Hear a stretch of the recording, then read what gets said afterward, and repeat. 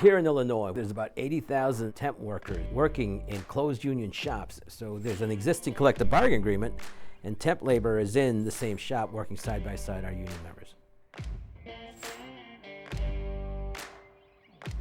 First, I was a permanent temp. They told me if I do 90 days, I get hired. In 90 days, people, they'll get fired and they'll come back a month later and work 90 more days and they'll get fired again. It's like playing whack-a-mole, right? And if we close that loophole, allow for a temp worker to transition to a direct hire, and then when they become a direct hire, then you can become a union member.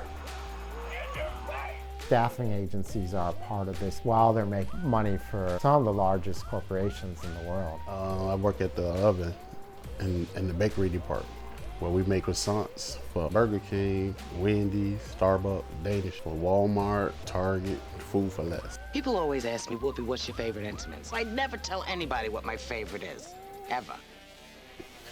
Intimates, what's your favorite? Yeah, and you wouldn't know it's Gold Standard Bacon because it's that Intimates on the box. Boom. And in Gold Standard, the company kept hiring more and more temp workers to supplant the union workforce. It was hurting the union, it was hurting the labor movement. And you had some of these temp workers that had been there for years being abused. We had 2 ovens beaming down on us at the same time, picking up heavy bags, 50 pounds, 60 pounds.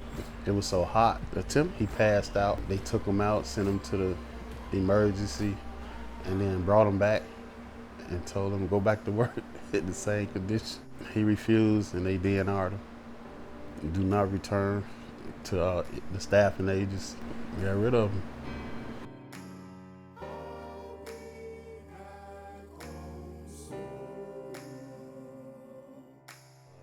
Sick days, vacation, holiday, cost of living raise, all this good stuff that you get, you should come aboard. And then in the union, you'll have somebody to fight for you. Like this dude, he ain't 80 years. We've really seen the Chicago Federation of Labor have a broader view of how they can play a role in helping working class people. We have to work 70 hours to earn what a Nissan worker does by doing the same job, working at 40 hours. Not living up to its end of the bargain. Instead opted to keep employing temporary employees. So much at stake here. And at this hour, both sides are back at the bargaining table. Not clear how long this strike will last. This button right here on my jacket is a saying that we got. It's a saying from the Lord's Prayer. Lead us not into temp nation. In the back of this, our goal is always to create a plan on how labor unions can organize in the new economy, these new workers. So I'm very passionate with things that affect my family and my community. Like I didn't know too much about like temp workers and rights or just worker rights in general, and I have learned a lot.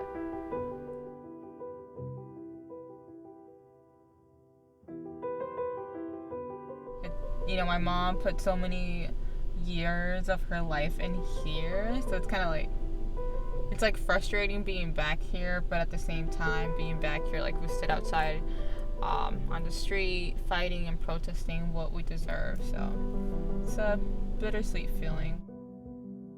Well, at first, I just wanted to be that contact person between the workers from like the different factories. So then, they started creating meetings, and then huge number of people starting to show up. Like I think at one point we had like 100 people that were interested in being a part of this. So then we took it as, okay, well, what is it that we can actually do? Went from like protests, we did different clients, and then the temp agency, and then different workers that were inside the company that were temp workers as well. Started reaching out saying, you're not treating me how I should be.